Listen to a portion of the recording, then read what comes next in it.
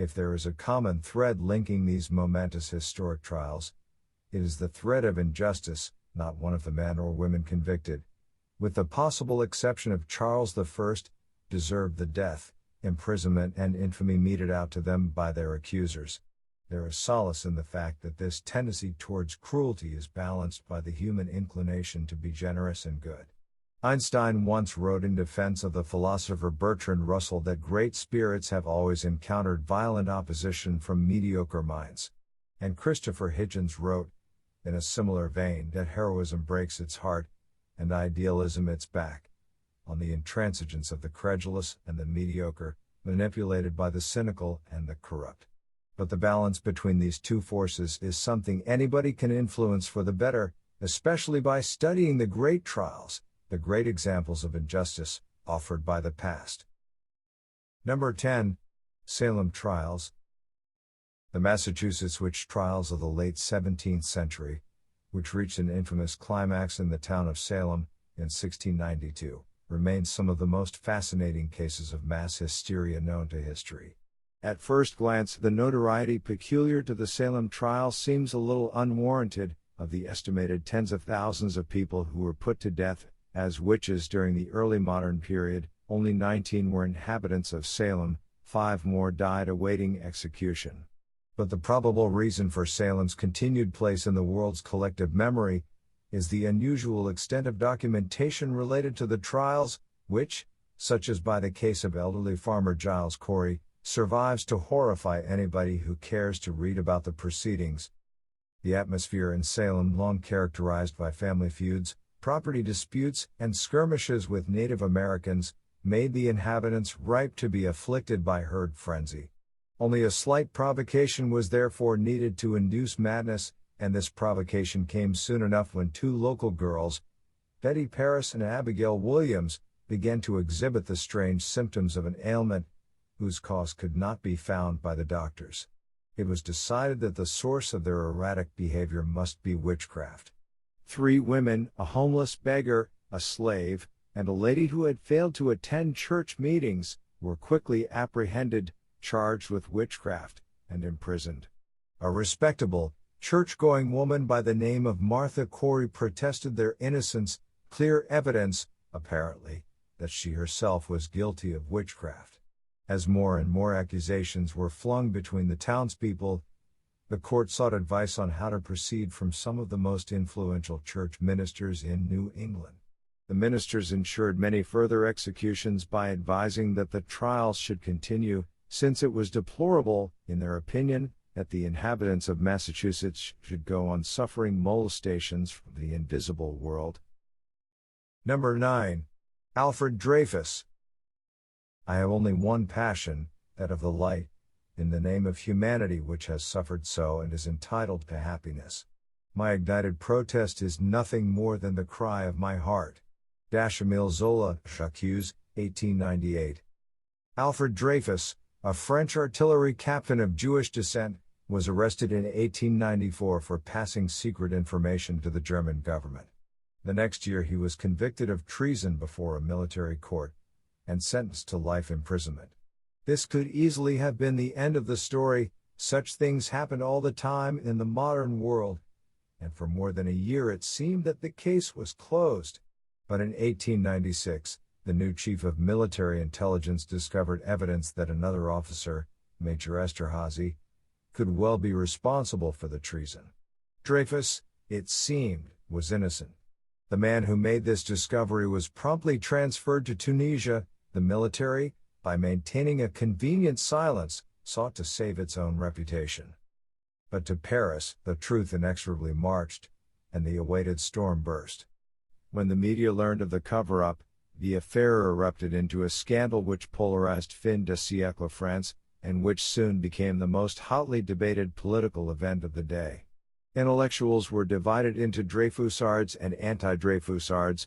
Counted among the former was the famous writer Émile Zola, who published his timeless statement of the case, J'accuse, in 1898.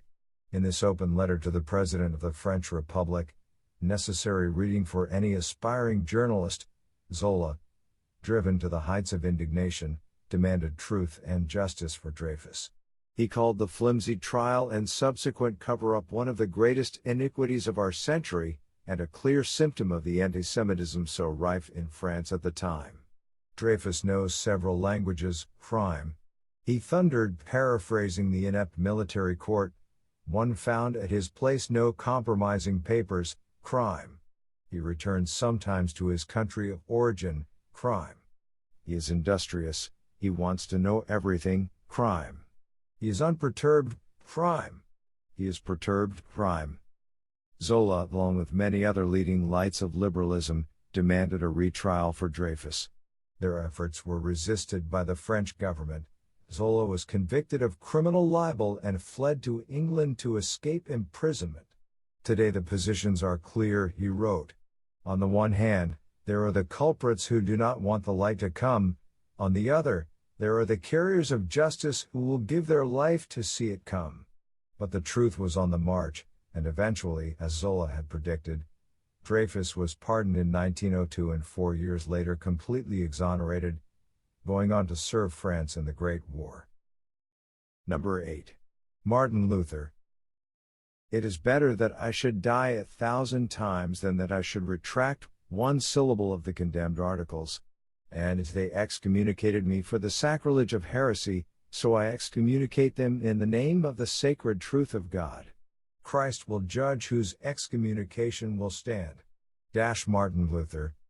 The trial of German priest Martin Luther marked the dawn of the Great Protestant Reformation, the dramatic schism of the Catholic Church which sent aftershocks, in the form of religious wars, rippling across Europe, and which began to divide the continent into its modern framework of nation-states. Luther did not mean to spark a revolution. Initially, like many others, he merely found his sincere piety upset by the doctrines of the Catholic Church, and hoped to elicit the truth about the sacrament of penance. In 1516 Luther began preaching against what were to him the more odious doctrines of the Church. In particular, he was disgusted by the common practice among the clergy of selling indulgences, which thereby encouraged the faithful and the faithless to buy their way into heaven with gold. He nailed his 95 proposals for doctrinal reform to the door of Wittenberg Castle Church for debate. Luther is a drunken German, said Pope Leo X, reportedly, when he heard of the 95 Theses. He will feel different when he is sober. But sobriety brought no change of heart. In 1518, Luther was charged with heresy, and in 1521 he appeared before the Diet of Worms. Challenged to recant the heretical sentences in his works, he refused, famously saying, "Here I stand. I cannot do otherwise. God help me. Amen." The resulting Edict of Worms found him guilty of heresy, and determined that his books should be burned, that he should be apprehended, and that those who gave him shelter should be liable to prosecution. Luther escaped to the castle of his benefactor, Frederick the Wise, and managed to live the remainder of his life in freedom. Number 7. Charles I of England. The blow I saw given, I remember well. There was such a groan by the thousands then present as I never heard before and desire I may never hear again. A witness to the execution of Charles I, 1649.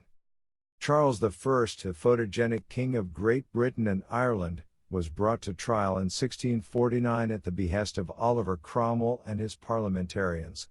For the past decade he had waged civil war against these men, who sought to deprive him of his often misused regal power. The king's behavior at the close of the Civil War, and his repeated efforts to interfere with Cromwell's aims, severely diminished the chance that his life might be spared, in spite of the fact that he still enjoyed the support, or at least the forgiveness, of many in his former domain. A revolutionary tribunal was created. It declared that Charles was a traitor and a tyrant. His head was severed in front of the banqueting hall of his own palace, before a crowd of thousands. Number 6.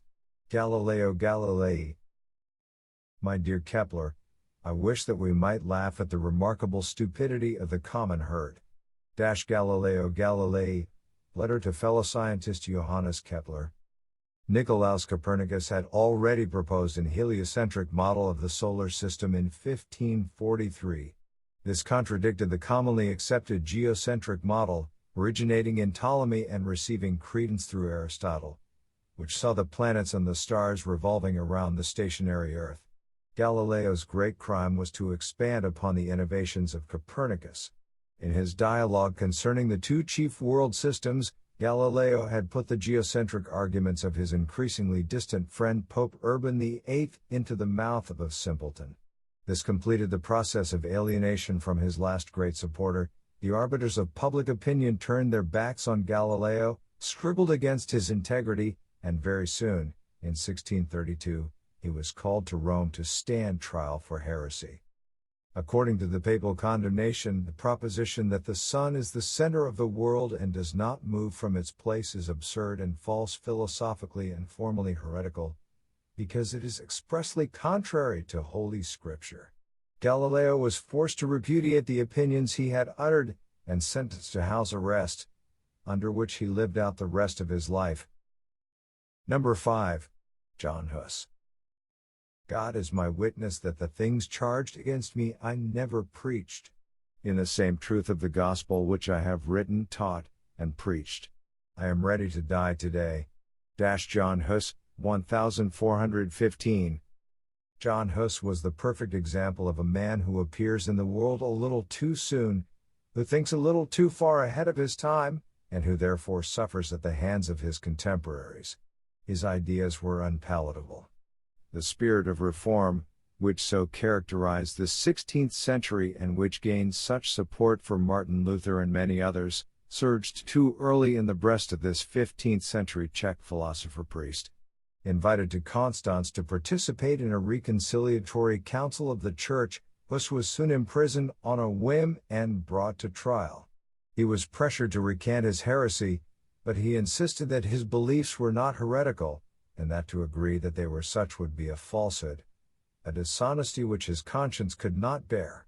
After being tied to the stake, he was given one last chance to recant, but once again refused, reaffirming that he had not preached the heresy with which he had been charged.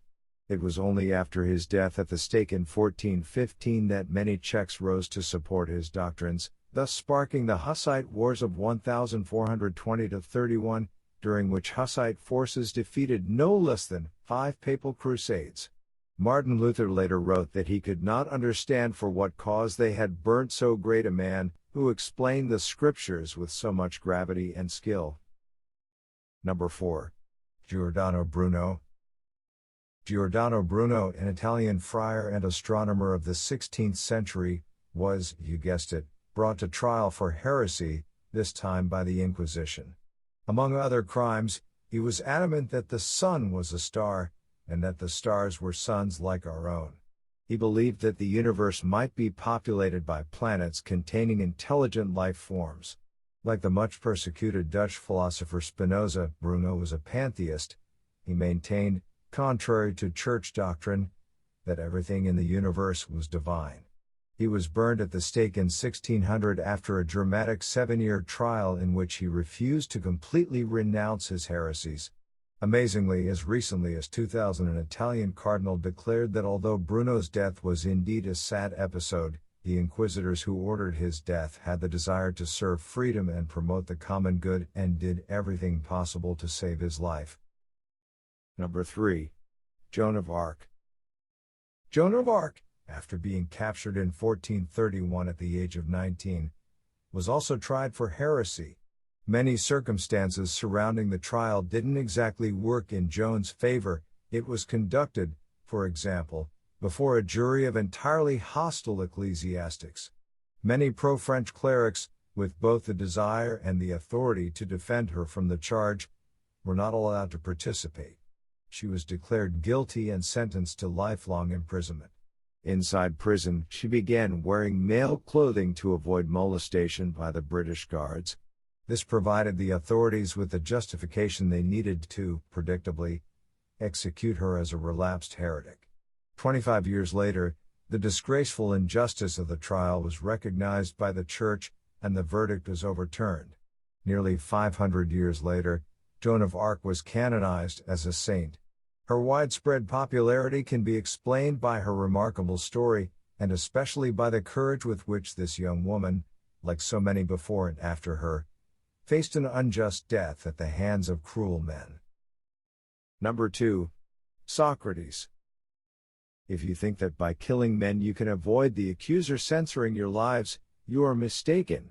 That is not a way of escape which is either possible or honorable. The easiest and the noblest way is not to be crushing others, but to be improving yourselves. Socrates. Socrates, perhaps the most memorable of Greek philosophers after Diogenes the Cynic, was put to death by his fellow Athenian citizens in 399 BC. He was officially charged with impiety and the corruption of the Athenian youth. He was said to be an evildoer and curious person, searching into things under the earth and above the heaven. He made good things seem bad, and bad things seem good. These charges were unjust, but not unfounded. His manner of pointing out people's ethical mistakes had certainly become annoying, in the same way that a gadfly might annoy a horse. It became dangerous to walk the streets of Athens. Athenians never knew when Socrates would come striding out of the blue to morally assault their unexamined opinions. At the trial, Socrates gave a powerful speech in his own defense. Unlike other men, he began, "I do not know how to be eloquent. All I know how to do is to speak the truth, and that is all I have ever tried to do, and that is what I will now proceed to do." He went on to defend himself beautifully, but was eventually found guilty by a majority of votes. It was then open to him, by Athenian law, to propose a punishment less harsh than death. Rather than proposing a reasonable punishment like any sensible man, Socrates suggested a fine of 30 minae, a sum so blatantly insignificant as to infuriate the jury. More people voted for the death penalty than had voted for his guilt, a telltale sign that Socrates knew how to lose friends and to make enemies rather quickly. After receiving the verdict, Socrates left the courtroom, saying, "The hour of departure has arrived, and we go our ways, I to die, and you to live. Which is better, only God knows." After the trial, he was taken to prison and forced to drink hemlock. Surrounded by his friends, he spent his final moments engaged in discourse on the immortality of the soul. As his feet and his legs went numb with the poison, he continued to speak of what he thought was true and just, until at last he died, having always maintained that it is better to suffer injustice at the hands of others, than to be unjust oneself. Number 1. Jesus. But I say to you, love your enemies, bless those who curse you, do good to those who hate you, and pray for those who spitefully use you and persecute you. Matthew 5:44. Few of history's echoes have reverberated so violently as the trial and subsequent crucifixion of Jesus. He was apprehended in an olive grove outside Jerusalem, having been betrayed by Judas Iscariot after the Last Supper. His captors took him to the house of the Jewish high priest, where an ad hoc judiciary known as the Sanhedrin had assembled. He spoke little, and despite being beaten and mocked before the Jewish assembly, he refused to deny that he was the Son of God. The outraged high priest proceeded to tear his own clothes, and posed a question to all those present: "What further need have we of witnesses? Ye have heard the blasphemy, what think ye?" And they all condemned Jesus to be worthy of death. The next morning, high priests presented him to the Roman governor of Judea, Pontius Pilate. They urged Pilate to punish him with crucifixion, but Pilate expressed doubts as to whether or not Jesus was guilty. However, when the gathering crowd loudly demanded that Jesus be crucified, Pilate, wishing to content the multitude, delivered Jesus into their hands. Whereupon he was taken by the enemies he loved, and crucified, resoundingly, at Golgotha.